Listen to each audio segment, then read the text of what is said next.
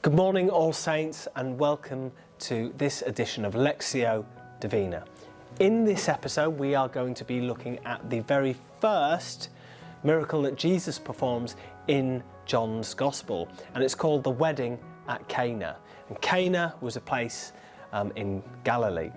So Jesus goes to this wedding and he's with his mother Mary and they are having a nice time, but then all of a sudden the wedding party runs out of wine, and they find out about this, and Mary says to Jesus, "Is there something that you can do?" And he says, "Look, my time has not yet come." But Mary turns to the waiters and says to them, just do what Jesus instructs you to do. So Jesus then says to the waiters, there are 6 large jars outside the wedding party. Or we might call them vessels. A vessel is something that can hold liquids. These vessels would have held about 20 to 30 gallons of liquid. And he says to the waiters, go to the spring in the town and fill them with water and bring them back. Thinking it's a bit odd, they go off and do it. And when they get back, they discover as they pour them that the water has turned into wine. And they start serving people at the wedding and filling up their glasses with this fine, fine wine. And the bridegroom is shocked because it's better than the wine that they served at the beginning of the wedding ceremony.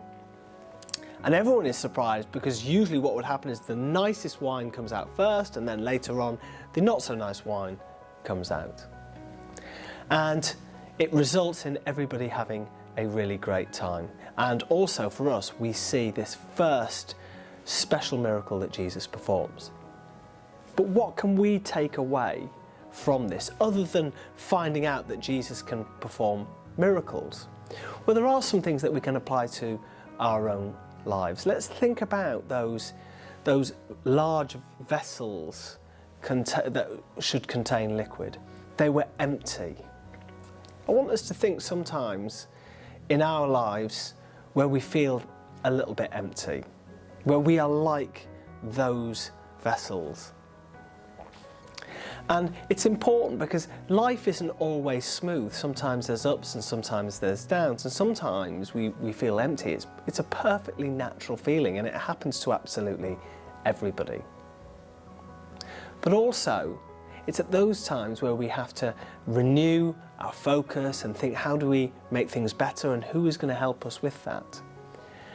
And the waiters go and fill the vessels with water, and that water turns into wine.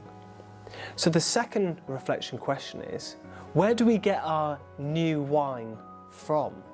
And I don't mean literally, and I'm not advocating any of you drinking wine, I'm talking metaphorically. Where do we fill up our lives with the things that matter, with the things that make us feel confident, with the things that make us feel happy? Usually those things are friends. Usually those things are doing well at school. Usually those things are being happy at home with our families. They're the things that very often bring us new wine. But as Catholics, as Christians, what we learn from this passage is that the new wine comes from Jesus. That life fulfilling and that giving of life comes from Jesus Christ. And that's the point that John, in writing this passage, is making at the very start of the Gospel. The very first thing Jesus does is he fills up people's lives in a good way. In this story, we have Mary, who is mediating. She's speaking to Jesus, saying, can you do something? She's also saying to the waiters, just do what he says. And in our school, that's the role of your teachers and our support staff, to mediate and to help you to fill up your lives. It's even in the quotes that are written on the wall of this school. I've come so that you will have life in its fullness. That's what Jesus says to us in that very same Gospel in chapter 10. So, I hope after today's Lectio, you will think about your own life. How are you going to make it full? And I mean, how are you going to make it full in a positive and in a rich way that makes you feel great, but also has a positive impact on all of those around you. Good luck, All Saints. Have a good week.